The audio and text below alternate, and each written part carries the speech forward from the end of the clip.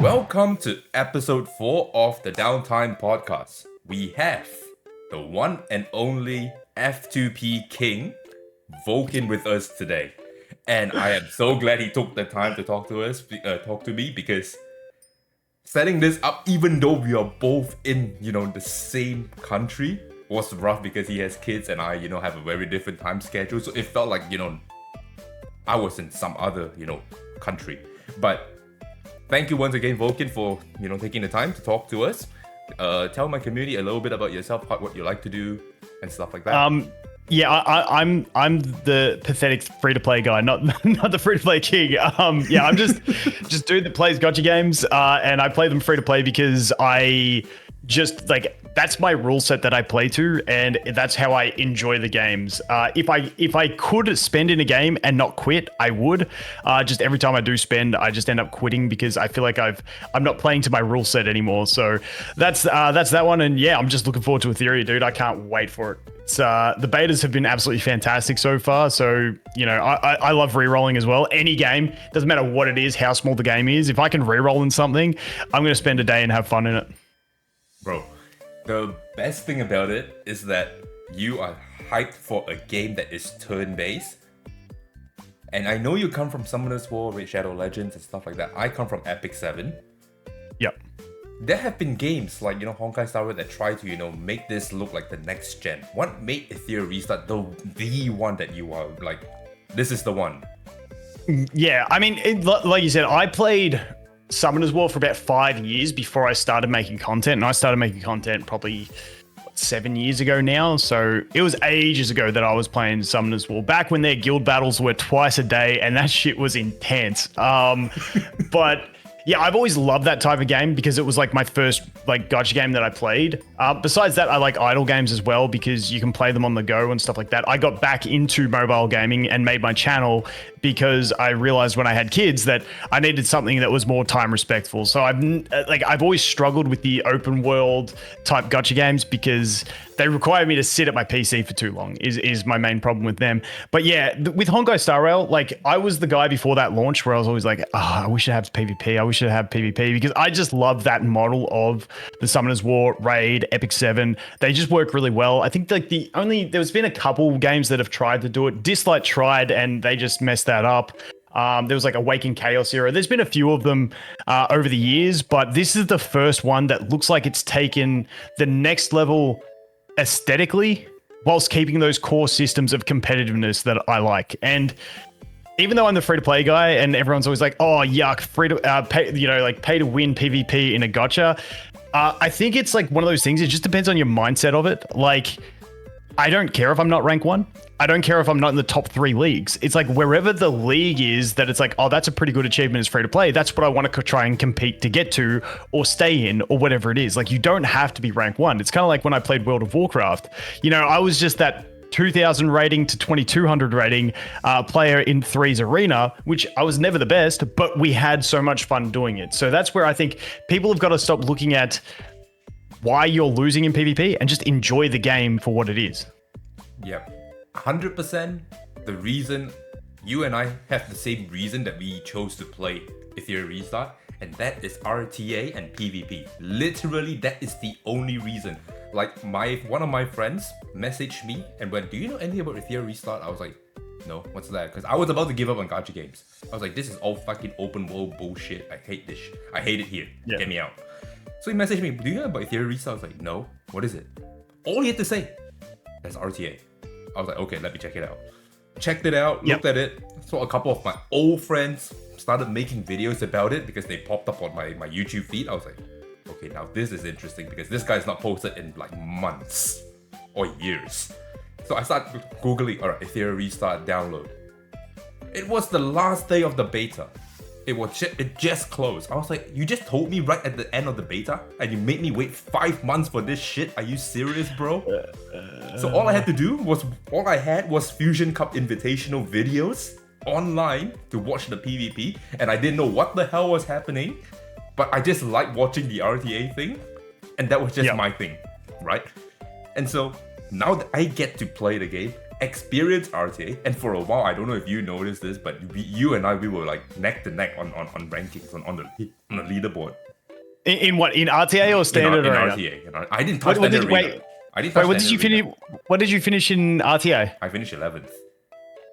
Oh yeah, I was. I pushed up to rank 8, and then on the last day, the dude that was in rank 1, I can't remember his name. He's a Brazilian streamer. Yeah, Iske, yeah, he just farmed me, and I was like, "Shit, I'm just gonna quit here and just see where we end up." Now, did you get into the cup? I did, and we were talking about it. We were like, "Where's Vulcan?" And then one of them they messaged you, and you just punted it. I forgot to fill out. I didn't realize you had to fill out that form to actually get into it. So I didn't qualify because I didn't fill in the form. I finished rank 14. Yeah, because one of them was saying, I'm rank 17. How did I made it in here? And they was like, that makes sense. Yeah, I think Shiny was another one. Shiny was another one who forgot to fill in the form. Yeah, there was a few of us. Shiny in there, and I was like, wait, where are they? Why are these two in here? Because I remember seeing that they were in the 17th, 18th place. But yeah, I think though I would have been a dead slot in a tournament though at launch, because I'll be free to play and I won't be doing the stupid things that I did in the beta as free to play to be able to push that far. So I probably wouldn't put up much competition on the launch anyway. Oh, you reckon? I reckon you might have a pretty good time. I think you would be all right, to be honest. This game, I just don't, because you come from a free to play perspective. I come from a whale perspective because I'm a whale. Yep. I had nothing to whale. Yeah, I mean, now that you know dupes matter, I mean, you may as well get some dupes, because I think what are they, like a 20? Like it's like, I still think it's great. Like, and I don't care about the dupe stats, but I do think there is reason to whale now. Like, I think the theory crafting math is something like 28% damage boost if you have max dupes versus no dupes, and like a 15 to 20-ish% damage mitigation. So there is that reason to whale.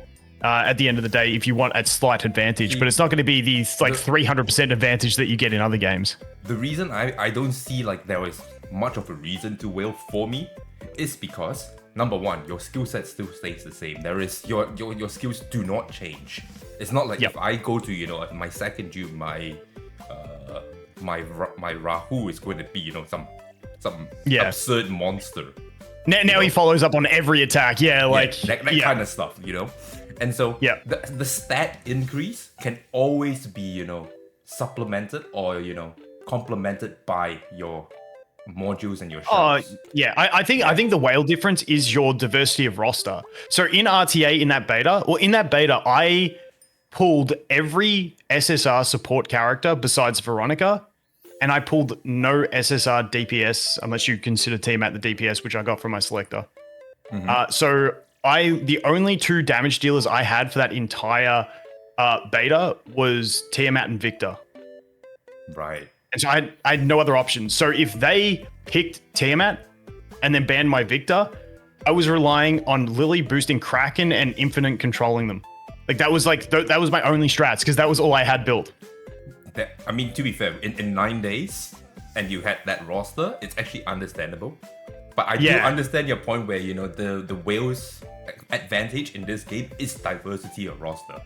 Even though I want to argue that because of the diversity of roster, you're going to be so spread thin if you don't know what you're doing.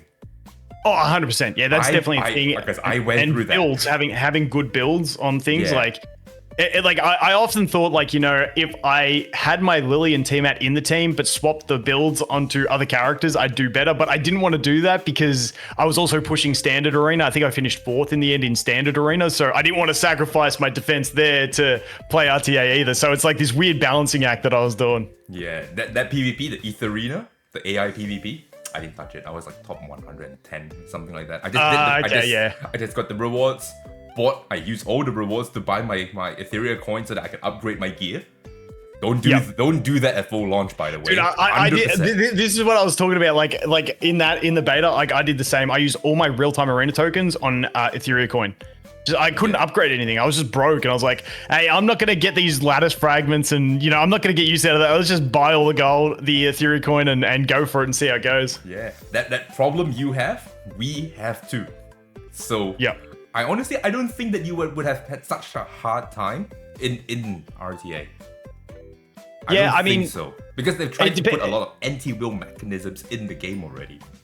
Oh, they have done. They definitely have put a lot of them in, but like the thing is, like I'll max refresh to level 45 as free to play, and then maybe level 50. Like my thing is with max refreshing, if you're free to play out there, 50 is when you unlock Inferno. 55 is when you unlock access to Lighthouse, which is like the final unlockability for anything in the game, which is like the shell that you can get, which is a pretty decent shell.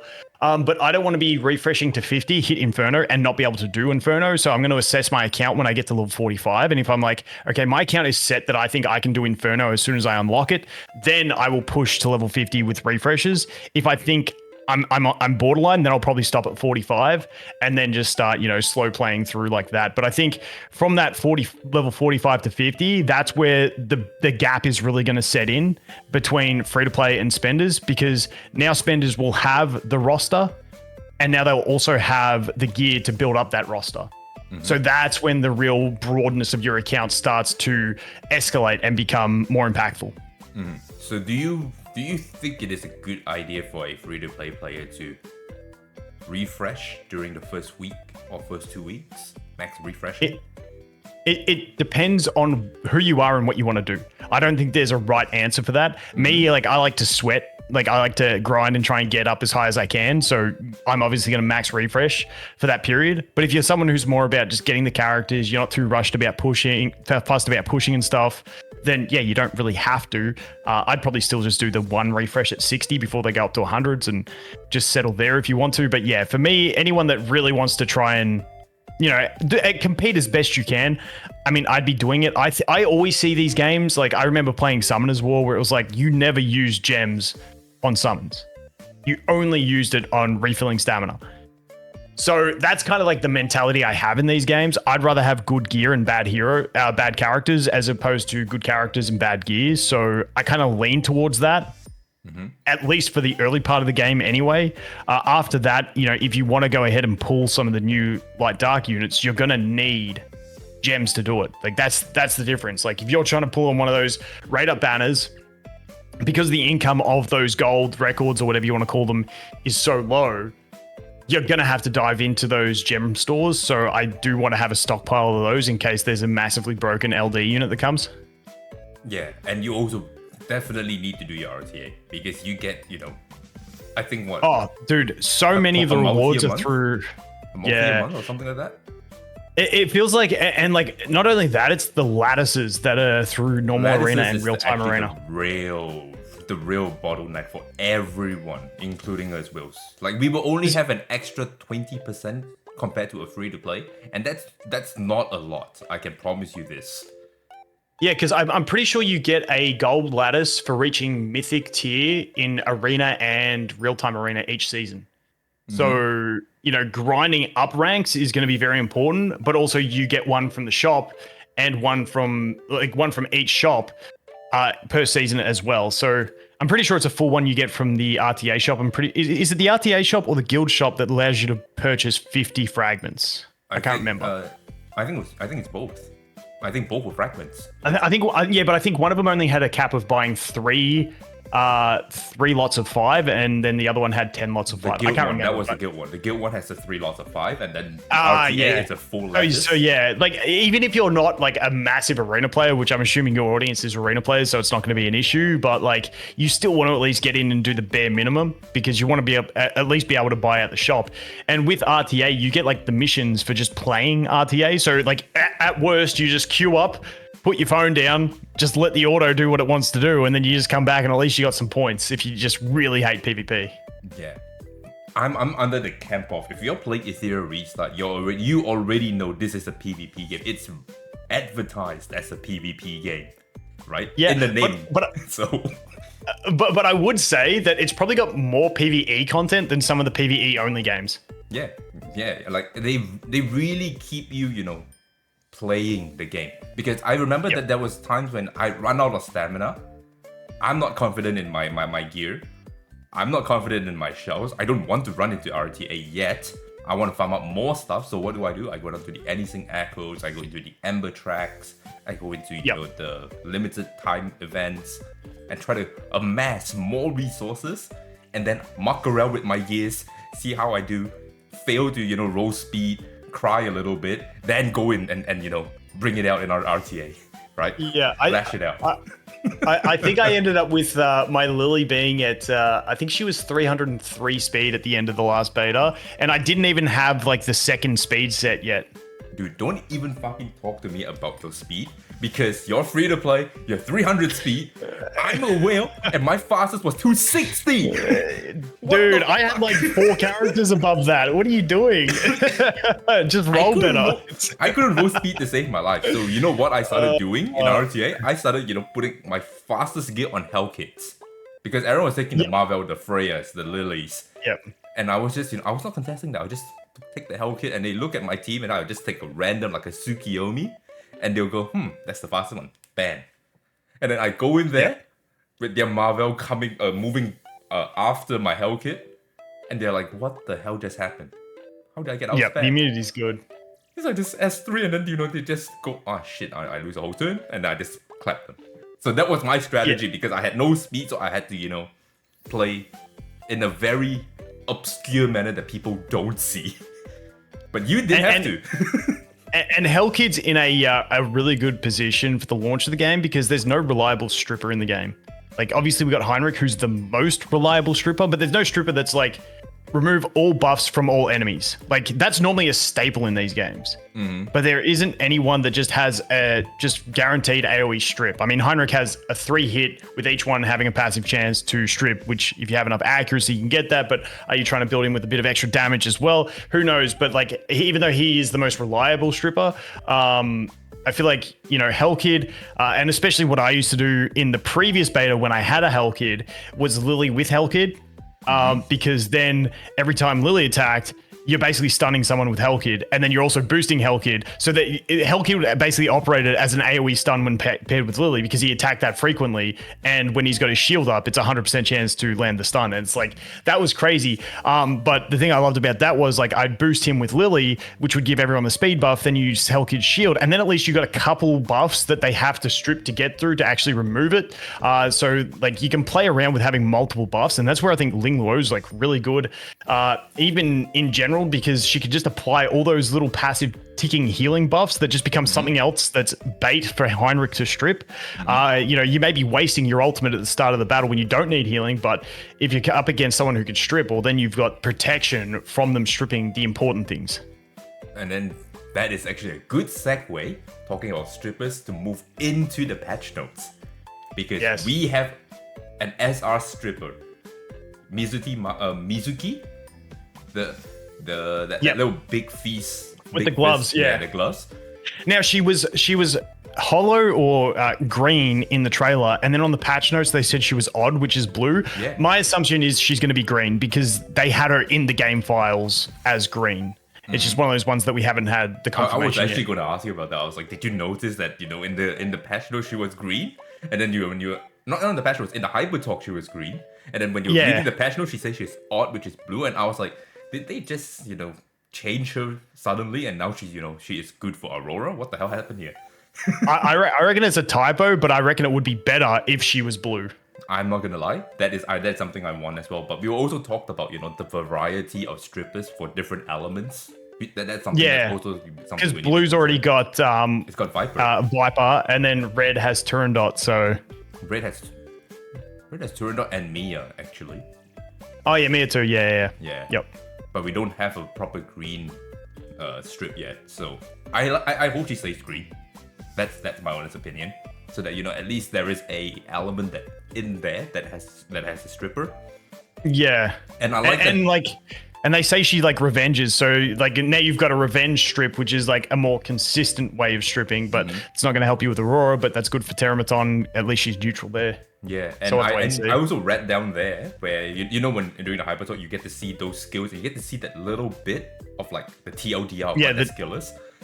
She has a dispel, a wound, and a dispel, and the S3 is an AoE dispel. Yeah, because she used that, and I was like, okay, that's sick. Yeah, so I'm assuming nowhere in the kit they say counter attack though. Yeah, no, they in the dude. Let me find it. Let me. I've got nowhere in the hyper talk where I saw that there was counterattack until no. the patch notes. It's in the patch notes. They say that she like wields, what is it? Dispels as her sword and counterattacks as her shield. Like that's what they say is the description. I remember reading that. Yeah. Yeah, so I'm assuming she has counterattacks as well, which I would assume would be baked into her skill 1 as a passive, but not too sure. I would assume so too, because we can see what the skills were, and I did not see anywhere that there was a counterattack. So I can also assume that it's going to be that little passive that they put in the S1. Yep. And that would be sick, because I was running my Heinrich on Bramble, because I wanted to be a piece of shit. You touch my Heinrich, I'm taking away your buffs. Bramble's just a solid set. Like I in the standard arena, it was literally just Tiamat Bramble fights. Like who procs Bramble more? One. And then you have the Sonia with the all-powerful healing, and if she has that healing buff, and she counters attack, you're kind of cooked. Let's be real here. You're done. One unlucky proc, you're done. That's it. That happened so many times, man. Yep, it's so like it's so entertaining to watch, like especially like everyone was running Lily Tiamat in the top there, and it's just like every 2 seconds there's the scene change to Tiamat doing her like vortex thing. It was just so fun to watch. I'm glad I didn't fall victim to you on that, because I fell victim to someone else doing Lily Victor. Yeah, that's what I was doing. I know, because I know that you only have Tiamat and Victor, so I didn't. Thankfully, I didn't have to fall prey to you, so that you can clown on me. But I did fall prey to someone else, and I tell you, when Victor kills you, it is a different kind of BM, bro. It's a different kind of BM. Do you know what the funny thing about it was? My Victor, like, hey, rip Victor, he ain't gonna be able to do it anymore.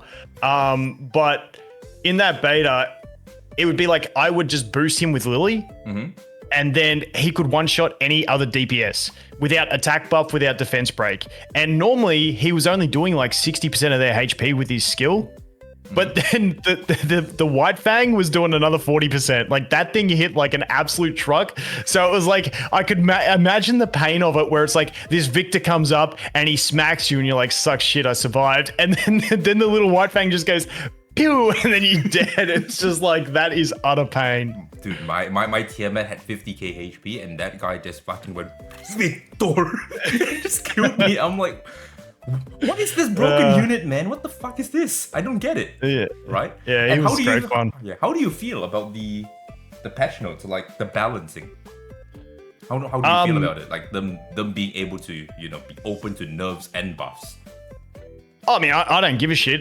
Like I always, like, my favorite time when I was playing Summoners War was always balance patches. It's like, all right, who am I no longer using, but who is getting a secret buff that now I can use as another toy? I just like balance changes in general. I did see a lot of people saying that it's really kind of sus that they're nerfing all the free units and buffing all the, paid units and stuff like that. For me, I don't really care personally on a personal level, at least with the changes they made in this one. It does seem, though, like they buffed and nerfed based on probably usage rates as opposed to calculations. Because I don't know if you checked out Pridewind's damage calculations. So they spreadsheeted, theory crafted, max DPS for like bossing and stuff, like single target and AoE.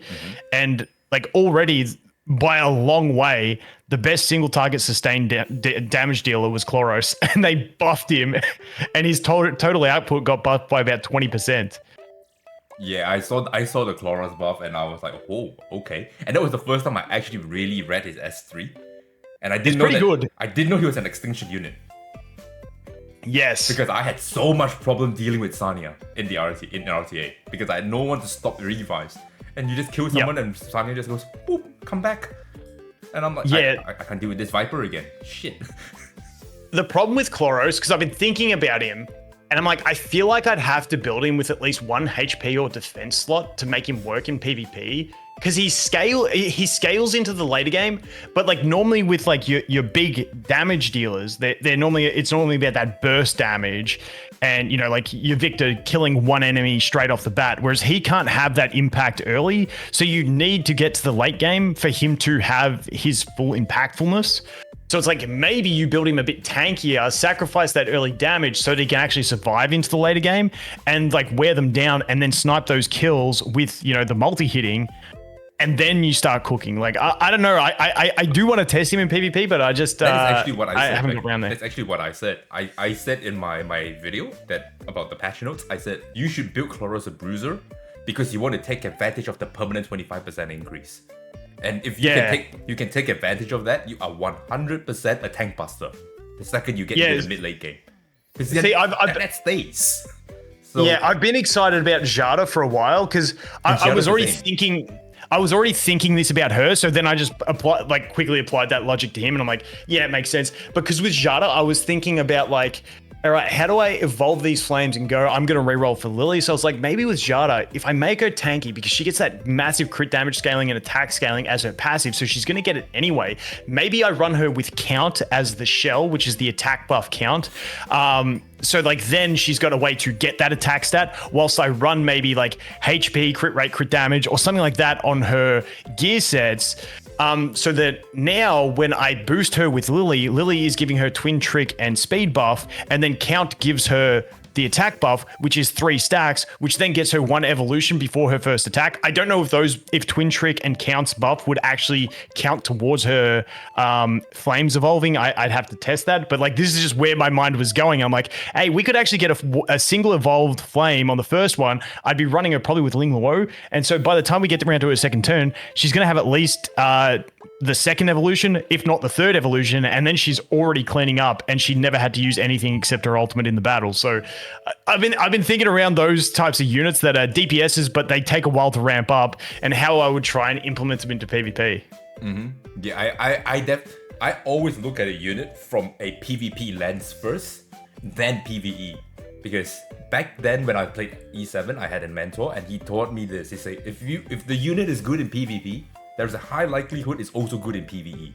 So if you can look through the PvP lens first and know that it can be good, your PvE should be fine, right? Yeah. And on the topic of, them nerfing units, I have a couple of things I wanted to say. Number one, everyone should remember that this is a beta. Everything is subjected to change. What we played was the beta. Okay, so don't get so honed in on the fact that, they nerfed Sonia, they nerfed all the SRs, and then they buffed all the SSRs. We were only playing the beta, they were testing things out. So you can't really, use that judgment to say, okay, that's what they're going to do in the full launch, right? That's the first thing. The second thing is, I like the nerfs on the SR, specifically the most busted one, like Sonia, because she plays like an SSR. She plays like an SSR, and because of that, I am worried about the longevity and the healthiness of the game. And if you think about it from that lens, if Sonia is already this busted, what's the SSR going to look like, the Power Creeper? For me, I'm just sad because the Sonya nerf was just a big Tiamat nerf as well. You know what I mean? Like when Tiamat already got a nerf, because because the thing that made me enjoy the game from 2 betas ago was just playing Lily and Tiamat. It's just such a it's fun. Like I get enjoyment through playing PvP with those two, even if they're not the best or whatever. Like they turned out to be pretty competitive, but just that whole synergy they have was great.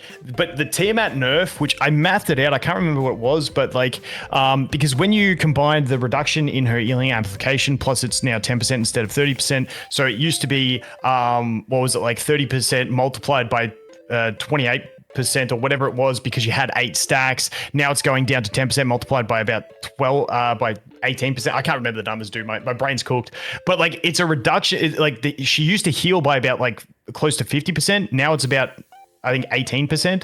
So it's a big reduction in her healing when she does transform, which I'm not overly stressed, because I do think she was kind of crazy in PvP, the way you could get her down to 1 HP, then she would just go boop, and then just nuke you and you're like clapped. So like I do think it was a balance, but like the Sonya thing hurt me even more because not because of PvP. I do agree it's something that needed to be adjusted for PvP, but for like PvE progression, I was like, bro, now I'm going to get stunned by those assholes in Doki Doki and it's going to just annoy the hell out of me. Because that was like the one saving grace in Doki Doki when you're running Sonya. It's like, hey, even if they decide to do that single target stun on her when they should be hitting the bloody neutral tank, she's still going to get that healing, so it's okay. And now it's like, that's gone. So I'm more annoyed about that for my PvE progression. But for PvP, I do think you're right. It was needed because it was kind of crazy. Like when you fight against her and you're like control's useless because she's just going to cleanse two of them anyway. Mm-hmm. Yeah. So I mean, she'll still work fine in Doki because eventually you're going to hit day 7, and day 7 you get Ling Law, and you're going to and then you're going to just take away Sonya and put Ling Law in there, and then you won't even feel it eventually. Yeah. Because you only will really ever feel it in PvP. And I agree with Tiamat. She needed that nerf. She 100% needed that nerf. And I looked at it not from a HP healing perspective. I looked at it from a damage perspective because her max HP, I mean, her true damage comes from how much HP she currently has. Yeah. Right? Every time you try to kill that bitch, I swear to God, she will full heal 30%, and that is enough to nuke you and take her to full health. And then you try to nuke her again, she brambos, and then you're dead.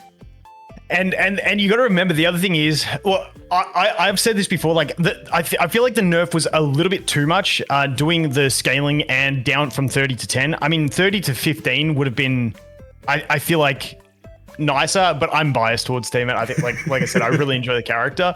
But you got to remember the other thing is like normally, depending on it, like if she'd used her shield as well, so she's got the heal over time on, because she grants that extra turn, she's not just getting that heal, then she gets an extra 15% heal on top, plus she's at 8 stacks, so that 15% gets multiplied. So it like you could sometimes be healing like 70 to 80% of your HP on the transform because the extra turn and the heal over time ticking, and away you go. So she did absolutely just completely shift battles. Like it was pretty crazy the way she did it. So I do think she needed adjustment. The one thing is the annoying part of it is that the PvP balance is necessary, but it just kind of really hurts in PvE. What do you mean? How does that correlate? Well, because now she doesn't heal as much in PvE, so now she gets clapped when you're trying to use her in PvE. Yeah, but if you're using her in PvE, my opinion is, if you're using her just to, do a prolonged fight just so you can clear it in under 10 minutes, you're fine. But if you're trying to do speed clears, you're never using her to begin with. No, you're not using her in speed clears, but the problem with prolonged fights is her AI is so stupid and it uses her skill 3 as a priority, so she'll often transform without even putting her shield up, and then she just dies. I actually never had that problem. I actually really like that taunt because I bring squishies. Were you farming her in Inferno, Doki, or anything like that? I never even got to Inferno. I stopped at Hell 3. Oh, okay. 4, so when you get to Inferno, you'll notice it because especially in Inferno Doki, those units destroy your max HP with the damage they deal. Do they? Yes. Okay, I didn't know that. Because so if Tiamat, so I was farming Inferno, but I had to manual to use her skill 2 at the start, then hit auto. Then every time she came out of her ultimate form, I had to put it on manual again and use her shield. And so if they just change her AI to use her shield first and then her taunt, she'll still be an amazing character. But it's just so frustrating that, honestly, I feel like 90% of the situations, I'd rather use her shield first. Yeah, I think that this is something that will be implemented in the future. I have actually no doubt that this will be because it's in other games. Skill priorities, yes, I definitely agree too. So I don't think that this is something that they're just gonna, forget. So yeah, I think it's a lot better for them to ship the product and then iterate on it later on, because it comes as a nice, pleasant surprise in the QOL, and it makes the patch notes more flourish. Instead of because there's a few characters like that would really benefit from it. Like for instance, Turandot.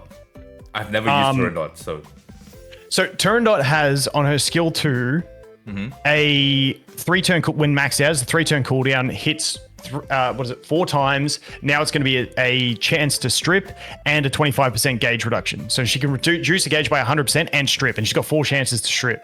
Oh, okay. So really, and because she's red, she can work in Aurora and in Teramaton.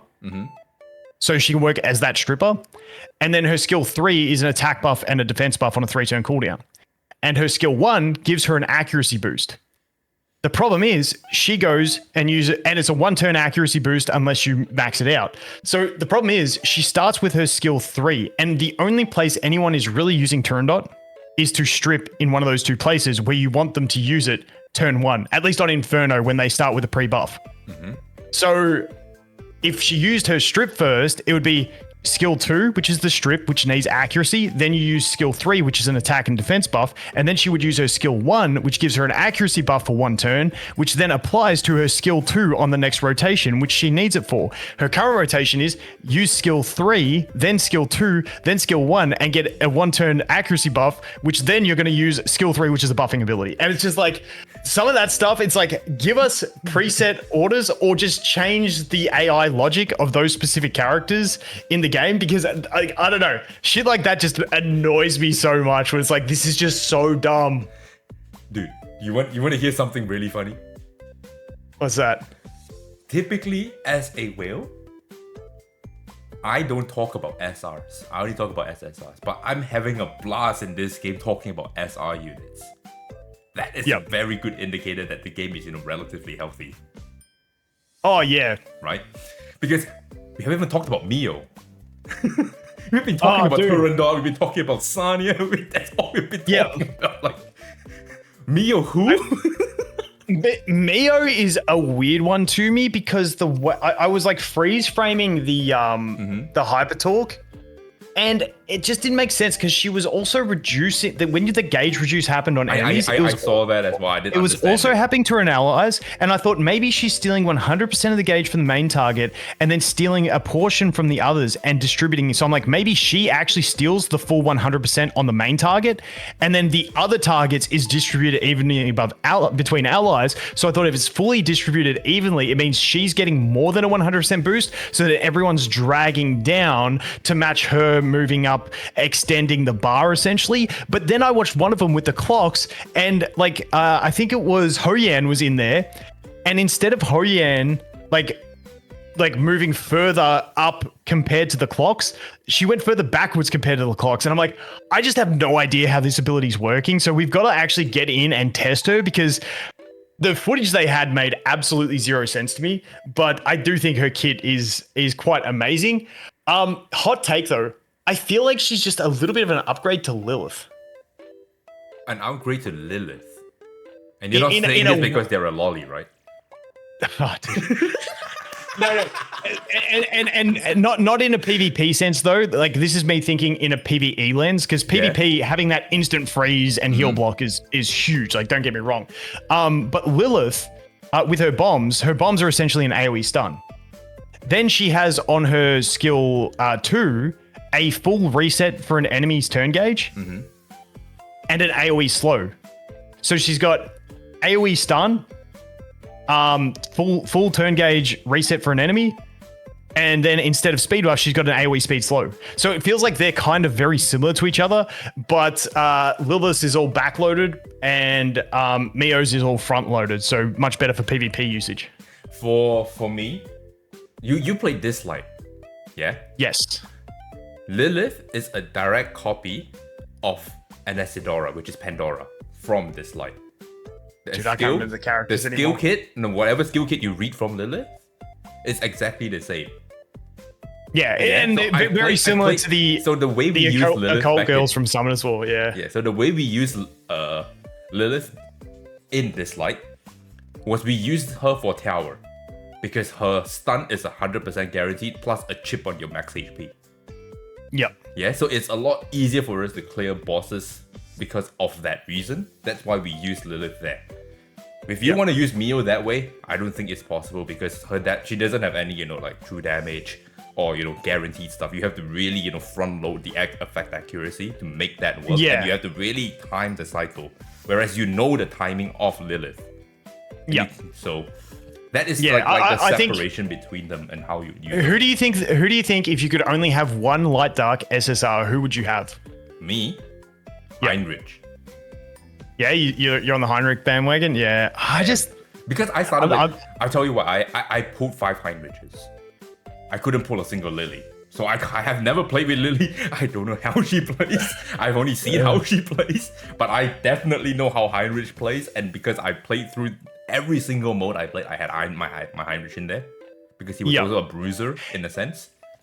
Yeah, he's sort of like I view him as the answer to all your PvE problems. He actually is. A lot of those echo stages and those, like the hard PvE modes, like you're always needing to strip, buff block, or heal block, and he just has all of them. So he just makes that stuff really easy mode. And then he's the most reliable stripper for Tiamat and also Aurora as well, which makes him just high value on top of that. And currently he's the best stripper for PvP. My one issue with Heinrich, or the one reason I'm tentative on him is because I know the power creep will come where we get the AoE stripper for PvP that it's like remove all buffs from all enemies. Mm-hmm. And I know that's coming. That could come with Mizuki, I'm not going to lie. Yeah, like I don't know, but I just feel like that will come. And even though it won't make Heinrich bad because he still brings the block, he still brings the heal block, he still brings the crit damage and the crit damage amplification. Like he still brings all that, so he's still gonna have a place. But I feel like when I look to PvP, if I have a character that's a full guaranteed strip of everything, or Heinrich, I feel like I'm probably gonna want to bring a guaranteed strip of everything. Depending on the situation, if you're running, especially if you're running cleave or something like that, you know what I mean. But that's my one piece with him. I just think about the future, and I look at Lily, and I'm like, Lily is too unique. Well, get this, I thought Lily was too unique to be copied, and then they released Tsukiyomi, and then I was like, okay, she's pretty much Lily, but a little bit different. I was like, oh, do I keep coping on Lily? Yeah, let's go for Lily. So, yeah, I mean, you're eventually every unit is going to have a replacement, but the mileage I get from Heinrich now is a lot, and it's very hard to oversee that, because I can promise you, the Dahlia from the Anything Echoes, the one with the little parasites. Dude, I can't remember their names. So there is one of the bosses that had parasites that she puts the parasite seed on you, and if she hits you, she heals. Oh, that one. Yeah. I could not clear that without Heinrich, without the heal block. Do you want me to tell you what I did with that one? What? I had old mate, the single target guy who's skill 3. He's an SR. His skill 3 does block and heal block. Mm-hmm. I left him. He was like still at 3-star. I slapped a set of gear with accuracy on him, and I left that shit on auto for 45 minutes and came back and it was done. I just that's how I did it. I just tanked it out and then just hoped he would land those bloody heal blocks to get through it. Like that was like, I was like, I don't have anything else and I ain't building this guy properly. So I just had Sonia in there to revive him. I had Tiamat in there for the shields. And I'm like, eventually this has to clear it. Yeah. So that's how I did that boss. You see, I didn't have to go through that because I had Heinrich. But I just hear that and I'm like, that's going to sound like a fucking pain. Holy shit. Yeah, like I said, he puts it on, he makes things easy. He just makes it convenient and easy. Otherwise, you're going to have to do like some stupid shit through some of those stages. F2P life. But you see, that's why I say you're the F2P king, because you go through all of these units to find, a very niche usage for them. Like number 41 came out of nowhere. It was not on anyone's radar, and then all of a sudden it's on everyone's radar, and now it's also on the bandwagon. Yeah, I know that. Like the ban, I feel like that ban was a bit harsh because I feel like she was balanced because her base speed was so low. Yeah. So I mean, a gauge booster, like from other games, like when you look to gauge boosters, it's like, do they have good effects? But then it's like, how fast are they? Because they need to be fast. Because if you're 10, 15 speed slower than other gauge boosters, you're just like, you're almost obsolete. So I think she was a great PvE unit. We saw some people using her in PvP, but like, you're just going to lose to the speed race if you're trying to play that game. And it's a little nerf to her in PvE, but I still think she is usable. I did a test server account where I did a playthrough and I was using her. And I mean, that extra heal she brings as well on a 3-turn cooldown ain't too bad. It's a big chunky heal for a single target. So I still think she's okay, but I don't think a lot of people are going to need her. No, because she's just an R. Let's be real here. She's still an R unit, right? And I don't mind the fact that they nerfed her. I don't mind it at all, because if you think about the progression of rarities, they're supposed to get much more and more stronger, like more and more power crap from the previous, rarity. She at 35% did not make sense already. I was like, how is a rare unit, having the fastest turn meter push? Like, it's almost, it's ridiculous when you compare it to like Chiaki, and it's like, what? Yeah, and I'm like, is there a reason for me to use Chiaki if I could just use number 41 at that point? I just need to, have better gear then, right? At that point, just to get good. So I don't mind them nerfing her like this because they're thinking about the longevity of the game, because eventually they need to power creep units, right? They need to give us whales a reason to spend on units.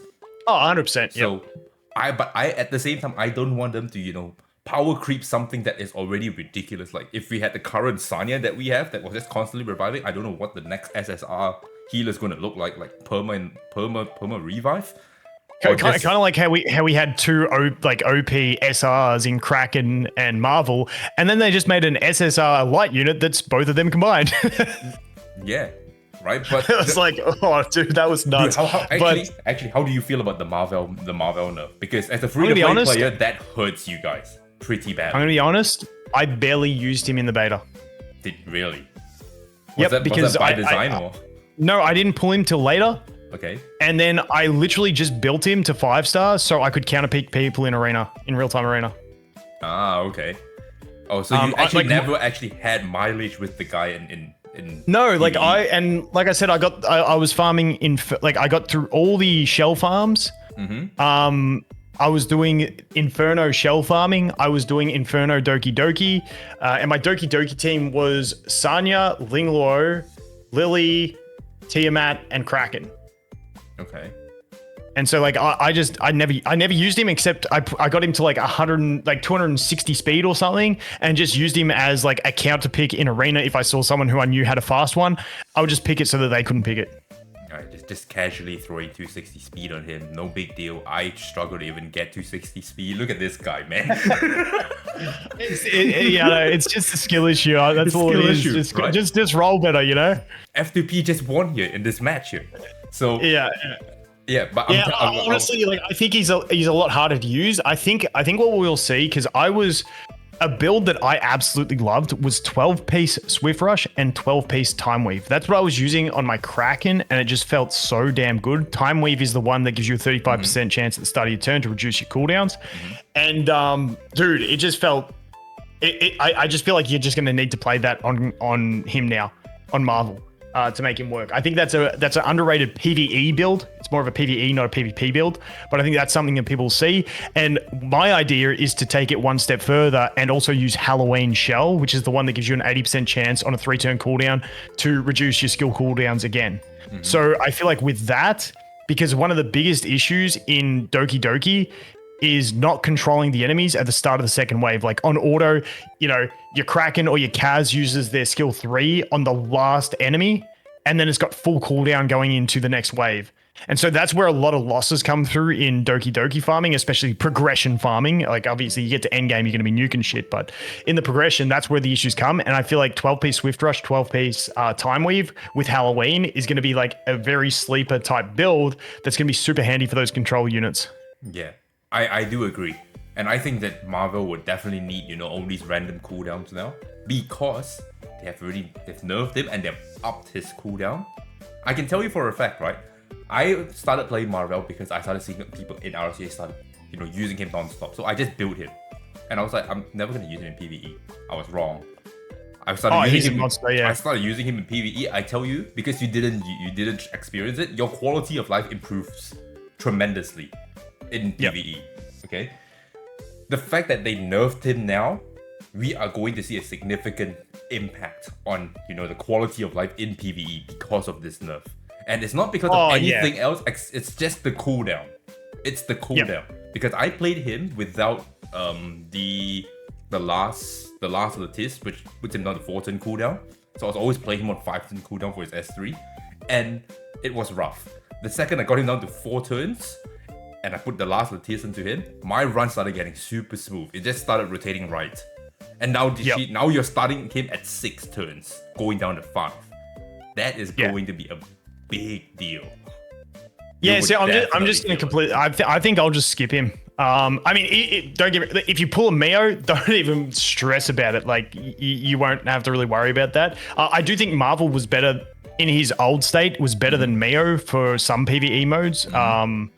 You know, like general bossing in whether it be Aurora or Terramaton, because you know Mio's kit that isn't really suited to that. Whereas Marvel had the speed slow. I feel like speed buff is an awkward buff with how strong Jackal is. The shell. Yeah. You know Jackal. Yeah. Where it's like.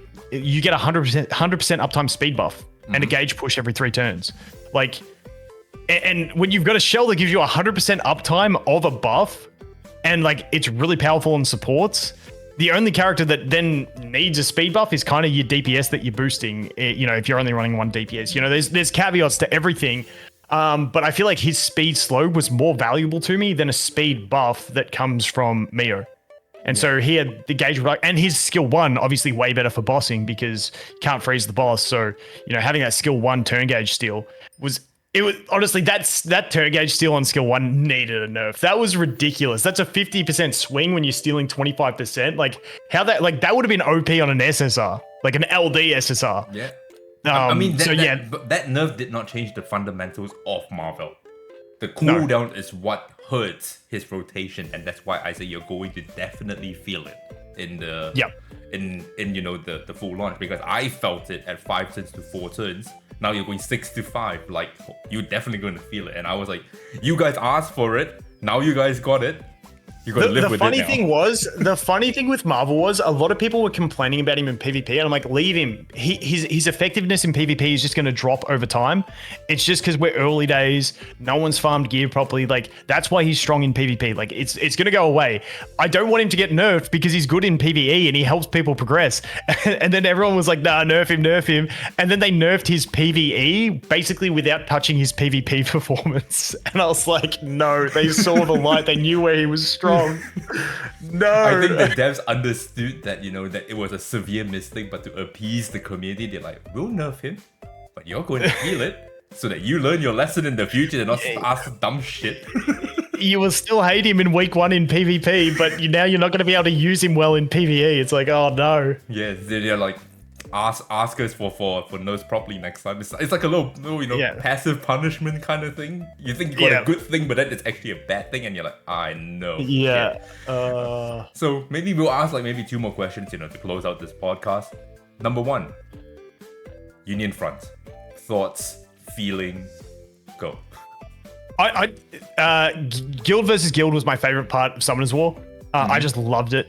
You know, back then I was in a guild, we were all friends, you know, it was twice a day back then, you know, getting your weaker players to go, who do you think you can beat? You know, go ahead and beat them, then get your stronger players to go and try and clean up the rest, trying to win. I'm assuming it's going to be very similar to all those type systems where, you know, you set your 3-man defense, you go ahead and beat the ones, you know, you coordinate on who can beat what.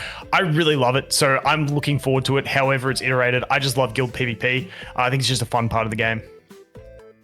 I don't know if you noticed this, but when I was, you know, pausing the hyper talk, I saw that when you enter, you know, your the whatever you're trying to attack, they have abnormality effects on that stage. Did you see that? No, I didn't. Yes. I actually was taking screenshots of it earlier today and sending it to someone. Yeah, so like you will have like, you know, some kind of debuff effect when you attack this. That's cool. I like that. That. It encourages trying different things, and you're not guaranteed. It's no more just, you know, a 3-man defense. It's now 3-man defense plus area effect, and you're like, okay, now I have a lot to think about now. Yeah, that's cool. Yeah, no, I like any form of, like, even though it's like soft PvP, you know, AI defense, it's still fun because it's something that you get to coordinate with others. That's what I like about it. It's also something that, you know, someone is never going to do that build in PvP, but will do it for guild. Yeah. Right? And you will go in there assuming that you're going in with the standard build, and then you get clapped and just get surprised, and you're like, wait, what happened? Yeah. That did not go as planned. I love it. So I'm also super looking forward to Guild Wars. It's a very good community building thing. You know? Yes, 100%. Like doing guild bosses is fine. That's fun, right? But there's no real coordination there compared to when you're actually doing GvG, and then you know that we just need this last guy here to push this tower and we'll win, and that guy's MIA, And you're like, Dude, bro. I remember watching for resets in Summoner's War, just waiting, going, oh, is he going to win? Is he going to win? And you're just watching there, and then you see the building go on fire, and it's like, he did it! It's like, it was the greatest. That was, we used to refresh. We used to refresh, you know, like go in, go out, come in, come out. Just to like see, there's something happen here. Because they will show that this guy's in battle. Yep. And then it just freezes there until you get out and come back in from like the actual whole page, like, and then you're like, did he do it? Did he do it? Did he do it? Yep. And then eventually in E7 they started introducing battle reports, so they couldn't fake it anymore. Okay. So they'll come in there because we'll go into Discord. It's like, you need to report if you lose why you lost. But then they won't report it. We were like, dude, did you win? They're like, yeah. And then we're like, but this doesn't make sense. The math doesn't math. You know what I mean? And then they started introducing the battle report, and we're like, you can't fucking lie now. There's no hiding now. Yeah. We can now see how you lost, and we're like, why did you bring this level 1 unit? Yeah. And then they just, leave you unseen. It's the funniest thing. Like, it's good. It's good. It keeps the whole community running, you know? It's having fun, and I think it's good. Last question before we wrap this up. And I think I already know the answer here. If there was no Lily, pick, what are you going to reroll for? Pick your top 3. No Lily. It's Mio, Heinrich, or probably Messiah. So you're just going for the LDs. LDs, yeah. There's no point in rerolling for anything LDs. else. Yeah, it's just they're too rare for free to play not to go for. Cool, guys. So you've heard it from the free to play king. Reroll for LDs. I'm never gonna reroll, so I can't tell you. But you've heard it from the man himself, guys. It's been a wonderful podcast today. I have to thank Vulcan for taking the time here out of his busy schedule. If you don't know who he is, which I doubt you guys don't, go to his channel, subscribe, and show the man some love. But Vulcan, do you have any last words?